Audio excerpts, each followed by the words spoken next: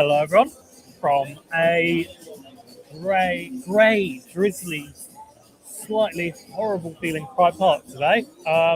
This is not the best weather for a football game, but crucially, the biggest part of this, it's on. The game is on. We didn't have a game on in midweek against Portsmouth. It got postponed, of course, due to a waterlogged pitch. Came kind of out of the blue, I think. I don't know about how it was in Suffolk, to be perfectly honest, but where I am in Cambridge, it was not really raining or anything like that one. So that came as a bit of a surprise, and it's pretty grim here today.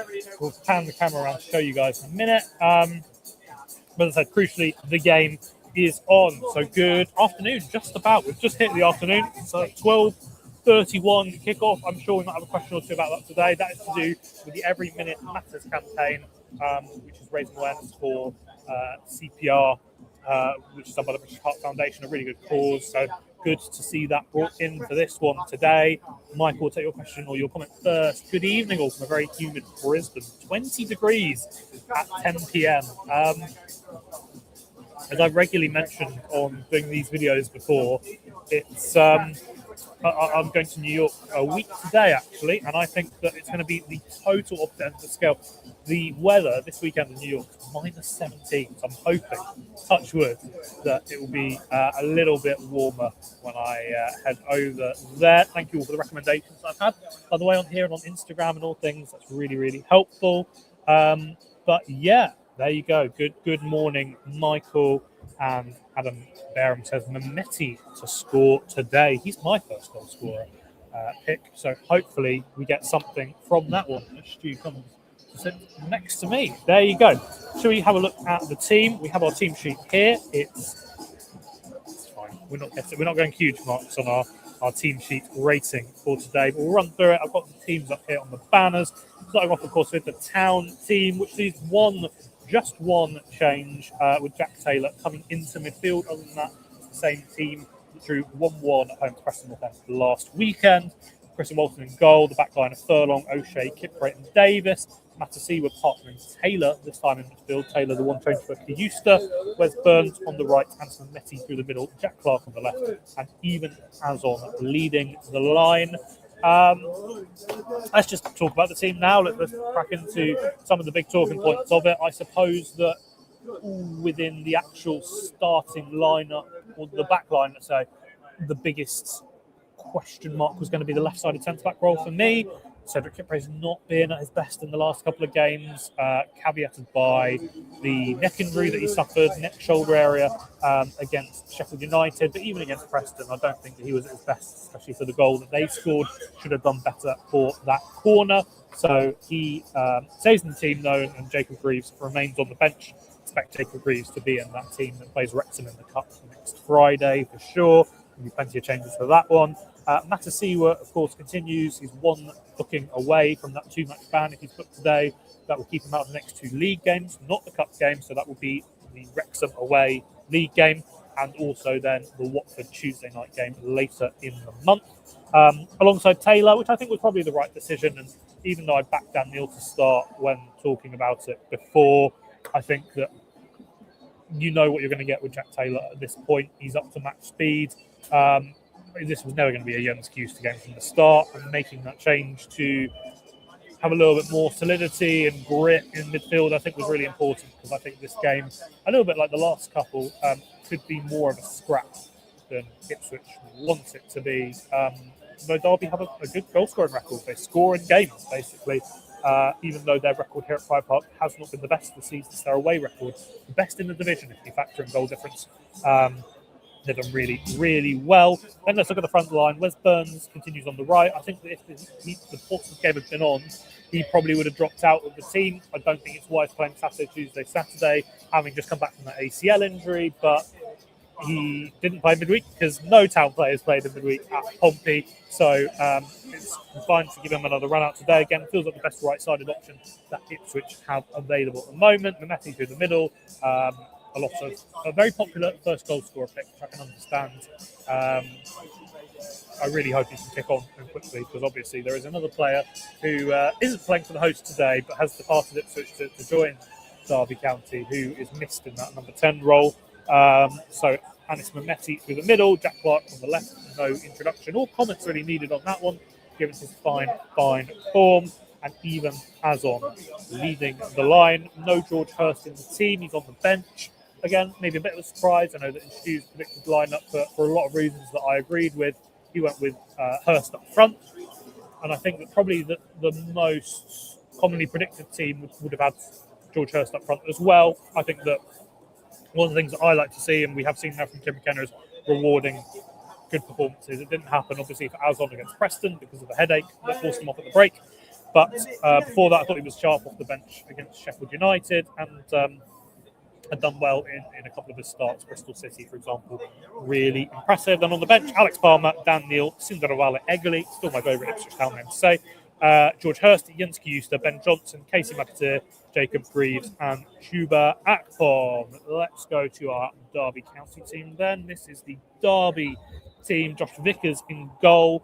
Kind of been used as the third choice for Derby County a little bit recently, which is a bit of a surprise with Richard O'Donnell ahead of him in the pecking order, but they've swapped over now after the 5-0 win that Derby had against Bristol City 8 days ago. That would have been a Friday night game at Ashton Gate. So that's one of the 3 changes they have made with their first choice goalkeeper Zetterstrom out through illness. Backline sees Ward at right back, ultra attacking former Peterborough United right-sided defender. Then your 2 centre backs are going to be Danny Barr, formerly of Blackburn, and among other teams. Been at Derby for a few years now, I believe. Matt Clark, Ipswich boy, born locally in Suffolk, came through Town's Academy. Now finds himself here after a couple of spells up in Brighton in the Premier League for a while. Down in Brighton, I should say, geographically. But yeah, obviously someone that Town fans will be familiar with. Has been a foe and a Town player at different parts of his career. Merkin, the left-sided defender, the left-back in this team, signed from FC Utrecht in the Eredivisie.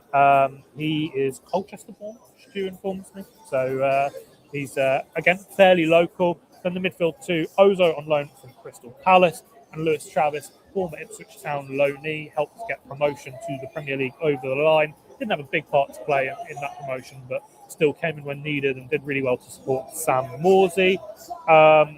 And then into the forward line, Ben Brereton Diaz, another fun name to say, on the right side, the Chilean international. Hasn't really worked out too much, especially at Southampton, but even that second spell at Sheffield United wasn't the best that he's had. So hoping that he can really kick on and find his form here. Has kind of worked for him at times, hasn't at others, but we've seen at Blackburn what he's capable of. There's a lot of former Blackburn players in this team.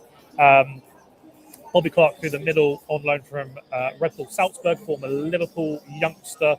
And then we think it's going to be Rian Brewster on the left, another former Liverpool youngster. Got a Champions League medal. I believe he was one of those that ended up with, he got his hair cut with a Champions League medal on, which fair enough. After that final win against Tottenham in 2018, I think. I'm having a guess at that one. And then it's Patrick Agyemang up top. Now then, here's a bit of the talking point. So Agyemang was, of course, linked with Ipswich over the summer.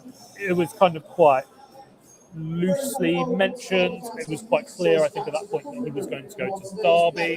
It had some hit and miss reviews from his time at Charlotte FC in the MLS. Maybe some concerns about his form and how he's performing for the US men's national team. And now he's come to Derby. He missed the first weeks of the season with a hernia issue. He had surgery on that one, and now he looks like one of the top strikers in the division at 25. I think he's got 9 goals, a handful of assists as well. He's in excellent shape. He's a big 6'4", number 9. Annoyingly, he's probably exactly what Ipswich should need in their current setup. He's a monstrous kind of powerhouse striker. I can't see him warming up in front of us. I'm sure he will be. Oh, there he is. Yeah, he is tall. He's a big boy. We'll pan the camera around in a minute. So he's leading the line, and on the bench we've got Richard O'Donnell, the veteran goalkeeper, Craig Forsyth, the veteran defender, Lars-Jürgen Salverson, Liam Thompson, Oscar Fraulo, recent signing from Borussia Mönchengladbach, Jayden Banel, did I pronounce that right? We'll go with that. Owen Ames, Rio Canaville, and Cruz Allen, what a name. Referee today, Josh Smith. Not my favourite referee personally. from some of the games I've seen him officiate. No more comments on that one. Should we show you the pitch? I think I can do that while the players are warming up. Let's do that. Here's what we've got today. Might be able to see Patrick Madgerman warming up there as well. The big number 9 who wears the number 7. So there's your teams. Feel free to get any comments, predictions, thoughts, anything like that in. Of course, one of the players that isn't here in a Derby shirt today, I'm sure he will be here somewhere, is Sam Szmodics, who is a man in the news at the moment. I think obviously made his deadline day move to Derby right before the end of the window. There have been negotiations kind of that have dragged on for a little while about a permanent deal. It's understood that Derby offered 3 million. Town said no, we want 6. There wasn't really much of a compromise to find there, and it threatened to fizzle out, and that Szmodics wouldn't be a deadline day mover. But he has made that move. It ended up being a loan move. It's a straight loan, as we understand it. No obligation, no option, nothing like that. He will return to Ipswich in the summer, and then we will have to see what his future holds. By the sounds of it, and I'm purely making assumptions off of Kieran McKenna's pre-match comments, I would be surprised if that involved the return to Ipswich Town, given that the comments have involved not the on-pitch stuff, not even necessarily complaints about game time. It's more been about how he's fitting in the dressing room and club culture and things like that. The full comments are online on the piece that Stu did yesterday. Got plenty of views, really good, really nice.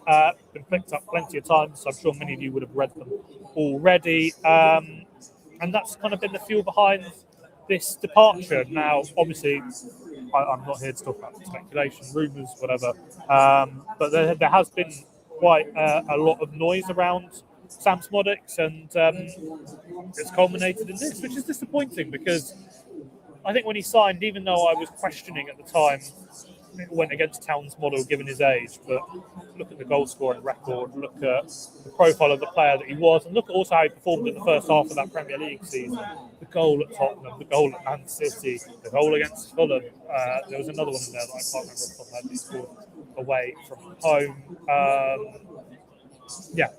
He's someone that has the quality there. Injuries obviously hampered his progression. And it's just a bit of a shame how it looks like it's going to fizzle out. Whatever on-field, off-field issues that have been, it sounds more like the latter. Bit of a frustration, but I think we're now at a point where we can start to draw a line under it. We'll have to wait and see what happens in this spell as well that he has, and going into the summer, if Derby look to take him on permanently, if there's another option for him, I think it's fair to say that a return to Portman Road and putting on the Ipswich Town shirt again is going to be very unlikely. But he's not in the squad today because he's on loan for Ipswich. He will be unable to play against Town today, which is good, I think, because I think the inevitable narrative was there if he was going to start or feature at all in this match. Obviously, a couple of ex-Blues there. Matt Clark. Is there someone else I'm missing in that team? Matt Clark, anyway, came through Town's Academy, local lad. So there you have it. That's kind of the point of view from the Szmodics perspective. And then, going back to, there's a comment here from Michael. Always two sides to a story, but he's missed a lot of chances, whatever position he's played. And I think the position point is quite interesting as well. He never fit the number 10 role at Ipswich, did he? Because he's just a natural kind of second striker. And it's never really seemed to me that the second striker suits Ipswich. You need a creator in that role. That's where I think Anis Mehmeti will hopefully thrive, and that's where Marcelino Nunes has been doing really well all season. And with Szmodics, it's not really worked in that same way. He needs the space rather than to create the space. So he had the space coming off the bench to score against former club Blackburn, for example, but being able to open that up for other players has been a bit of an issue. So, that's been a bit of a frustration, and I think his best position in this Town team is on the left. And in a way, he probably suits that role a little bit better than Philogene and Clark, in that he's a more narrow player, and that would then allow Leif Davis to bomb on down the left flank, and you have a bit of a similar situation to when you had Nathan Broadhead, who was almost a left-sided 10 a lot of the game. So from that perspective, I think it's a disappointment, but at the same time, he's not going to get in the team over Jaden Philogene and over Jack Clark, given how they've been performing so far this season. So, made sense for a move, all things considered. Coming from Michael, Adrian was such a miss for us. I wish we'd gotten him in the summer. I agree, obviously. Hindsight's kind of a wonderful thing. He is one that I was quite excited about, but also I'd seen some negative reviews from the States. His goal to record for Charlotte wasn't amazing. There were people questioning whether he should be involved with the US national team. Maybe we kind of overestimated how much an injury can derail things for a player. Where you look at Agerman with his hernia injury, maybe he was kind of playing through that towards the last stages of last season before making the move from Derby from Charlotte. Maybe there's that kind of element of things as well. He's come here, he's kicked on, he's the perfect championship striker, and yeah, in hindsight, he would have been a fantastic option to have up front for Ipswich Town. But he comes here, he's in excellent form, and probably looking at it as well, you'd have to say with the form of Josh Sargent and what's happened there, he's the one who, alongside maybe Hadji Wright, is starting to nail himself a spot in the World Cup team for the US, which is obviously a really big World Cup for the United States as they're hosting it. And the audio goes a little bit crazy in the stadium. We're done for 16 minutes now, 17 minutes coming up for, so we're going to just do team news again, and then we'll wrap up, and you can go and follow the game on TV or with us. Otherwise, we'll go to the team here. 4-2-3-1. Walton, Furlong, O'Shea, Kiprick, Davis in your back line. Matasiwa and Taylor. Taylor, the one change into the team, coming in for Jens Euster in midfield. Those are the two midfielders. Burns, Mehmeti, Jack Clark, and Azon, the attackers in this team. And then the Derby lineup: Vickers in goal, Ward, Tony Barr, Matt Clark, and Derry Merkin in defence. Odo and Travis, ex-Blueless Travis in midfield. Raritan Diaz on the right, Bobby Clark through the middle, Ryan Brewster on the left, and Patrick Agerman, the big number 9, leading the line for Derby up front. He's the one who's going to have a big battle with Cedric Kiprick in particular, I imagine. So there you go. Thank you for joining me today. Kickoff coming up in 13 minutes. Stay tuned with all of our coverage that we're doing online on the ADT. The live blog's up and running that Stu's doing. If you're not watching live, if you're not in the away end today, thank you for following me. We'll see you on the other side.